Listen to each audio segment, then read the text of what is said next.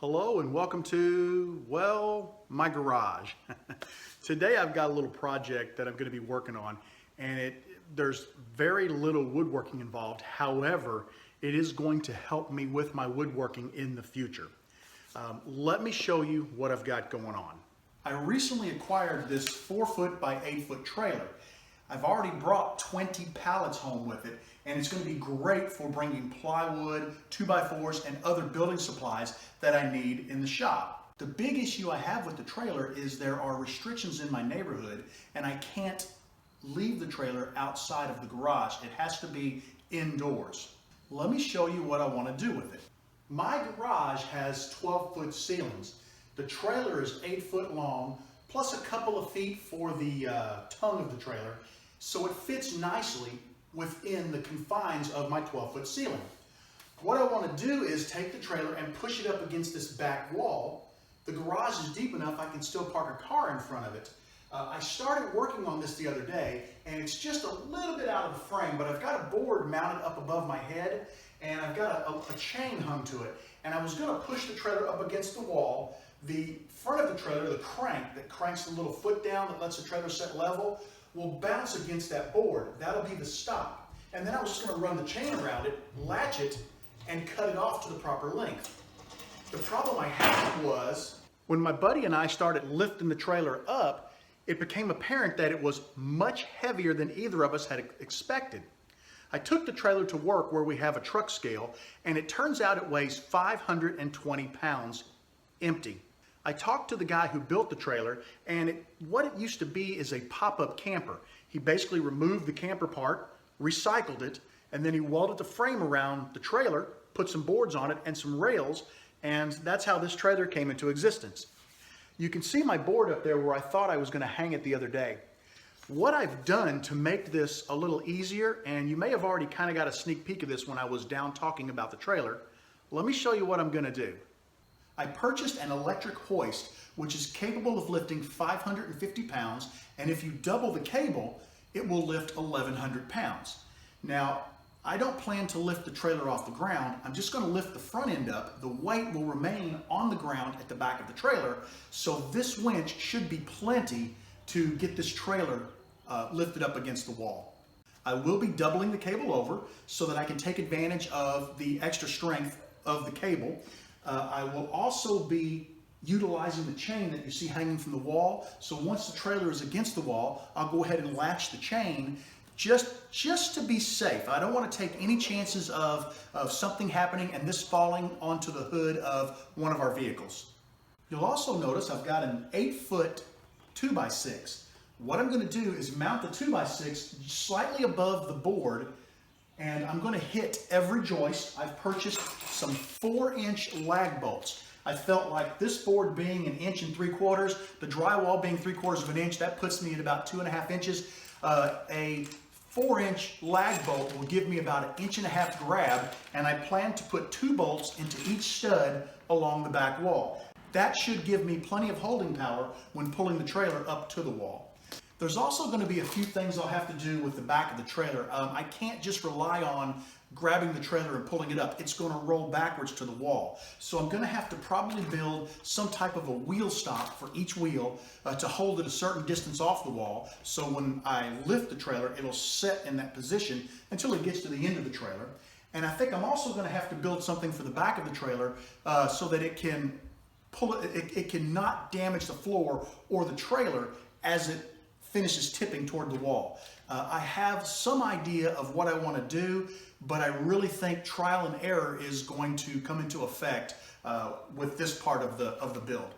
So with that being said, first things first, I want to get this 2x6 mounted to the wall slightly above that 2x4. I've transferred the stud locations from my wall onto my 2x6, and I have marked the location where I want to drill for the lag bolts. So I'm going to go ahead now and drill these holes out, and then we'll take this over to the wall and get it mounted.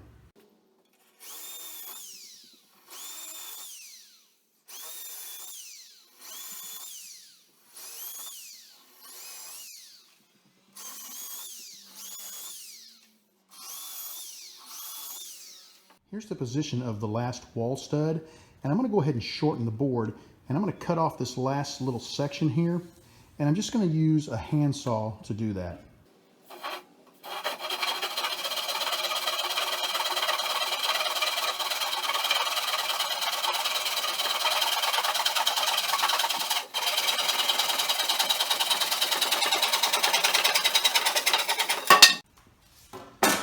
Wasn't exactly how I had it planned, but it'll work.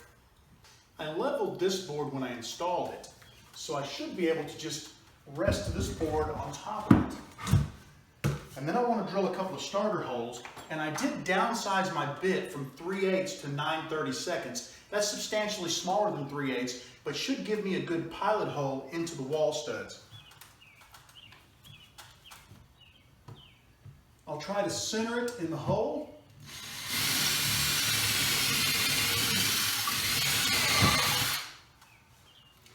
And now we're ready to go ahead and drive one of these bolts, which should hold this in place for me to finish drilling the rest of the bolts.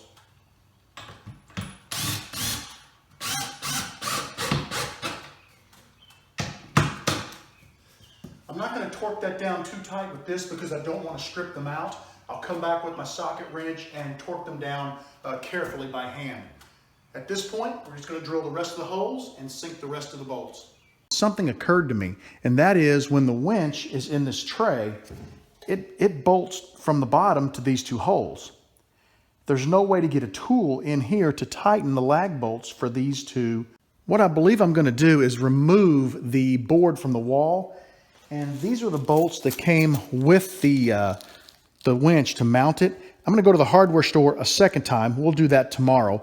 Get some longer bolts, and we'll actually countersink these 1/4 of an inch on the back of the board, run them all the way through the board to where they can be threaded into these holes. I'll go ahead and get the winch mounted to the board, then we'll put the board back up on the wall and reattach the lags into all of the studs. I removed the board from the wall, and I've gone ahead and bolted the winch from the bottom. I also put some countersink holes in the drywall deep enough to accept those bolts, so I should be able to press this right up against the wall and bolt it back up. The winch is finally installed and it's working well. What I need to do now is move the trailer into place and try to find the proper distance from the wall so that as I tip the trailer, the railing along the back doesn't hit the wall. When I find that distance, I'll go ahead and use a couple of 2x4s, and then I'll mount some chocks onto the front of them so that I can back the wheels up to the chocks. They'll press against the wall, and then the trailer should just tip on the axle straight up.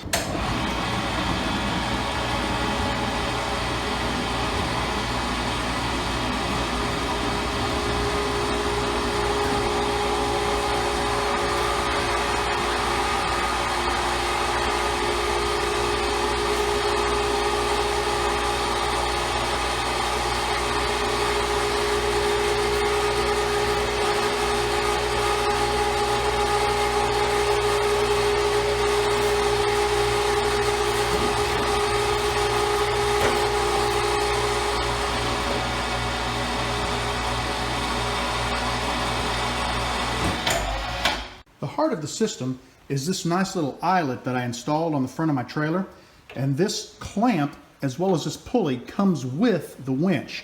By using this pulley, you double the line, which essentially doubles the strength from 550 pounds to 1,100 pounds that the winch is able to lift. Now my trailer total is 520 pounds. You're probably only lifting about half of that since you're just rocking it up on the end. So this is possibly overkill, but I prefer overkill.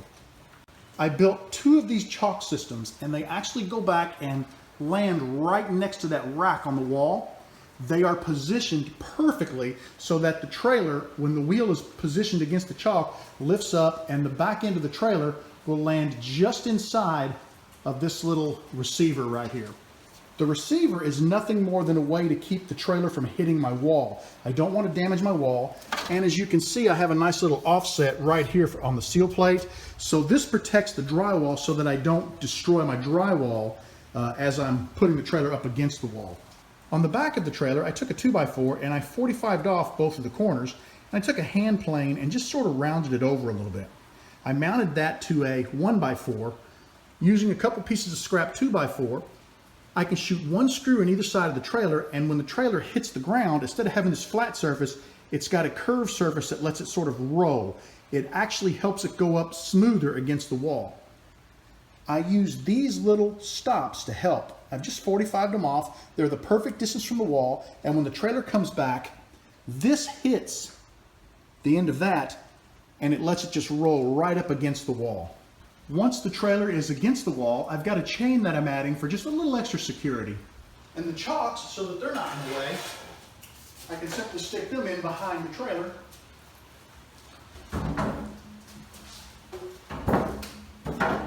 And let them rest between the rails. I really hope you enjoyed this video, and I hope that you found it useful. This is great for me because I am not allowed to store things in the yard or outside of the house. All vehicles and all trailers, campers, boats, etc. must be undercover, which means they have to be in the garage. Now, I can park a car in the driveway. However, who wants to leave their car outside year-round? I'd rather put both of my vehicles in the garage. This is a great solution, and my garage is deep enough where I can pull my car right in and still have plenty of room to walk around the car. I'd like to thank you for joining me for this video. I want you to know that you are always welcome in my shop. Come back and see me again real soon. Take care, everybody, and have a wonderful evening.